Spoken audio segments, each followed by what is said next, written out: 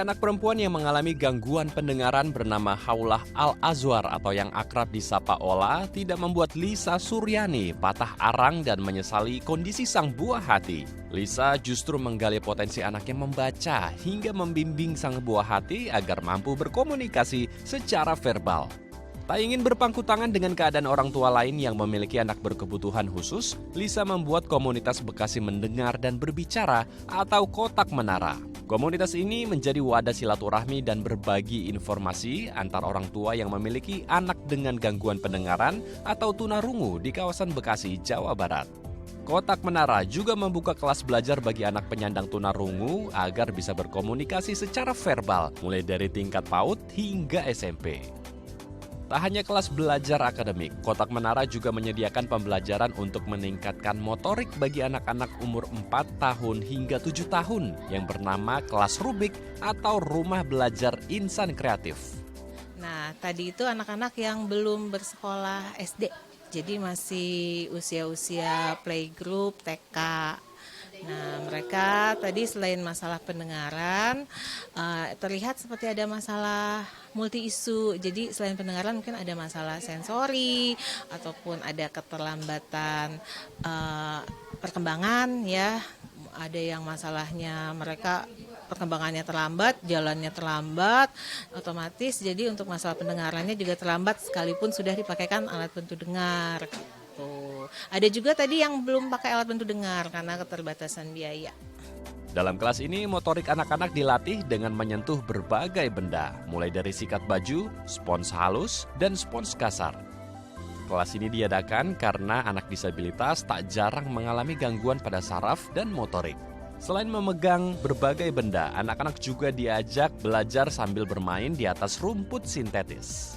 Hal ini dikarenakan mampu membantu merangsang saraf dan motorik anak sehingga anak-anak dapat bertumbuh dengan baik. Kalau yang terlihat ada masalah sensori, melihat bendanya saja itu sudah ada rasa ketakutan gitu. Bahkan tadi juga terlihat anak-anak kalau untuk menginjak rumput aja mereka masih geli. Baik itu rumput sintetis ataupun rumput yang ada di lapangan, itu dari cerita orang tua juga gitu. Nah, kita di sini sebagai guru membantu bahwa meyakinkan anak-anak bahwa sebenarnya itu tidak apa-apa gitu. Mereka akan melihat itu sehari-hari dan mereka harus menghadapi. Jadi pelan-pelan harus diberi pengertian bahwa ya benda-benda itu tidak apa-apa gitu. Nah, itu yang mau kita tanamkan ke mindset anak-anak sekaligus menginput pendengaran mereka dengan kosakata. Dalam Kotak Menara, anak-anak juga dilatih untuk mendengar, seperti menebak apakah isi botol yang digoyangkan di dekat telinga anak memiliki isi atau tidak. Jika anak-anak mendengar bunyi, maka anak-anak diarahkan untuk tertawa ataupun mengangkat tangan. Anak itu untuk awal-awal biasanya dia deteksi ada dan tidak ada suara gitu. Jadi mereka bisa bedakan mana yang ini ada suara loh, ini nggak ada suara. Nah, jadi mereka tahu itu untuk awal-awal ya. Nanti bisa di sekolah, di rumah nanti orang tua bisa praktekkan lagi.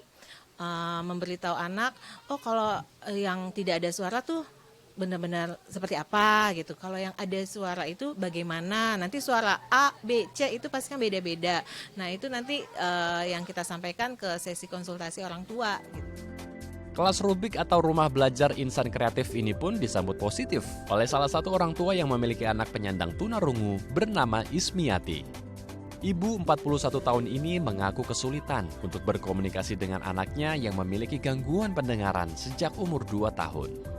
Ya kalau sekarang ini ya alhamdulillah senang banget Pak, anak saya bisa belajar. Saya tadinya udah kayak mau putus asa aja lah. Masanya kan dari kondisi keuangan juga bapaknya lagi susah. Memaksakan juga nggak bagus kan, namanya lagi susah. Alhamdulillah kebantulah sekarang ikut di Kotak Menara ini walaupun jauh ya. Insya Allah lah saya lakonin, telatenin aja insya Allah. Keberadaan Kotak Menara seperti oase di dalam hidupnya. Meski harus menempuh perjalanan 1,5 jam dari rumah dengan menggunakan angkutan umum, Ismiati tetap melakukan hal tersebut agar anaknya dapat berkomunikasi secara verbal di rumah. Ya harapan saya ya Allah semoga anak-anak yang ikut di Kotak Menara apalagi yang lain-lainnya lah bisa mewujudkan ke impiannya lah, bisa mendengar seperti anak yang lain gitu aja.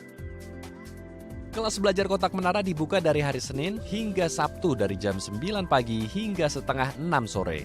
Meski kelas ini dikenakan biaya, Kotak Menara membuat subsidi silang agar orang tua dari golongan prasejahtera dapat tetap mengikut sertakan anaknya dalam kelas belajar. Biaya tersebut juga digunakan untuk memfasilitasi ruang belajar anak-anak.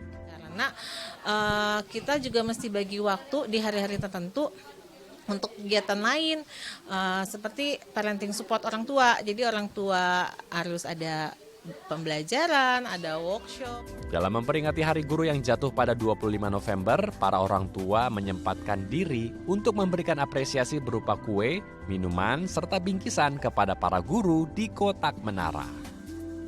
Andrew Pakpahan, Adi Nugraha, Daai TV.